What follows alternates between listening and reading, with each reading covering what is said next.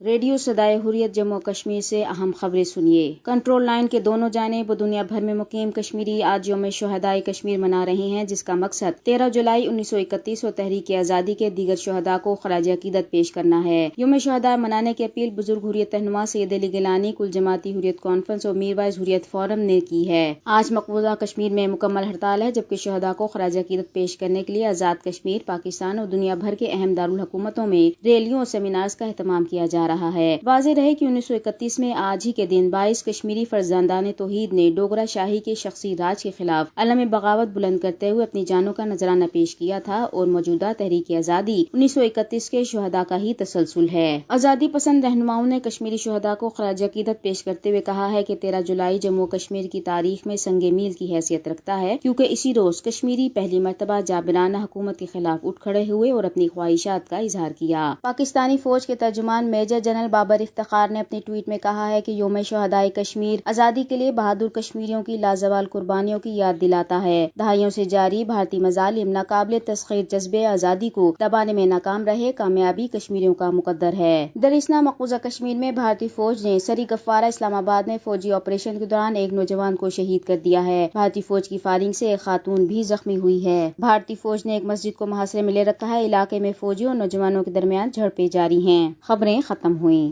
13 جولائی کا دن کوئی معمولی دن نہیں بلکہ کشمیریوں کے لیے ایک تاریخ ساز دن ہے۔ یہی وہ دن ہے جب کشمیریوں نے اپنے خون سے تحریک آزادی کی بنیاد رکھی اور اس بنیاد میں 22 فرزندان توحید کا خون پیش کیا، اور یہ دن تاریخی انسانیت میں بالعموم اور اسلامی تاریخ میں بالخصوص اپنا ثانی نہیں رکھتا۔ یہ منفرد دن کشمیری ہی کو نصیب ہوا، اور یہ سعادت بھی اسی قوم کو نصیب ہوئی کہ 22 فرزندان توحید نے اذان اس حالت میں مکمل کی کہ ایک طرف ڈوگرہ مہاراج کے ظالم درندے کشمیریوں پر گولیوں کی بوچھاڑ کر رہے تھے، اور دوسری طرف توحید کے متوالے اذان مکمل کرنے کی تگ دو کر رہے تھے۔ اس اذان نے کشمیریوں کو یہ سبق دیا کہ گردنیں تو کٹ سکتی ہیں، لیکن کسی ظالم کے سامنے یہ گردنیں جھک نہیں سکتی۔ کشمیریوں نے اس سبق کو اس طرح یاد رکھا کہ آج 89 سال گزرنے کے باوجود کشمیری اپنے پیش رو 1931 کے شہداء کے نقش قدم پر اس شان سے چلے جا رہے ہیں کہ بھارتی سورما گولیاں مار مار کر پاگل ہو رہے ہیں اور خودکشیاں کر رہے ہیں، لیکن کشمیری شہادتوں کے اس مقدس سفر سے باز نہیں آ رہے، بلکہ آگے بڑھ بڑھ کر شہادتوں کو گلے لگا رہے ہیں۔